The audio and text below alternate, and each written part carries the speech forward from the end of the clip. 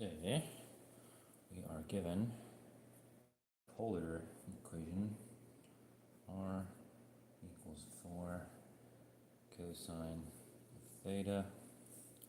This is a function r in terms of theta, right? And our goal is to convert that to this is a polar equation, and we want to convert that to a Cartesian equation, which is y equals f of x. So we want to go from r and theta to x and y. Okay, so what's the relationship here in polar coordinates? We have an angle theta and radius r. We can always drop down the right angle here with the x-axis, and then this side is going to be x, this side is going to be y. So we have our trigonometric relationships. Definition of cosine is adjacent over hypotenuse, or x over r, and the sine of theta is the opposite hypotenuse, or y over r.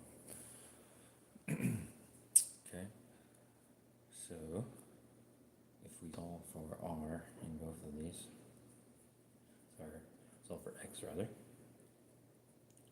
we get the relationships x equals r cosine theta. Solve for y, we have y equals r sine theta. So how do we convert this one into x and y? Well, we change this right hand side like one of these times r.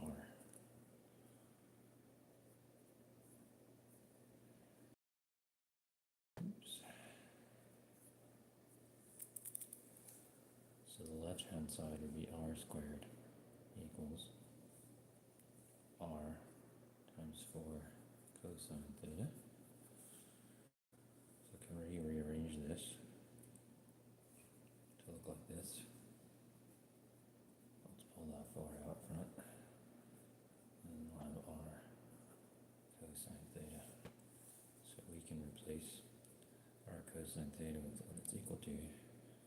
So we've got r squared equals 4 times x.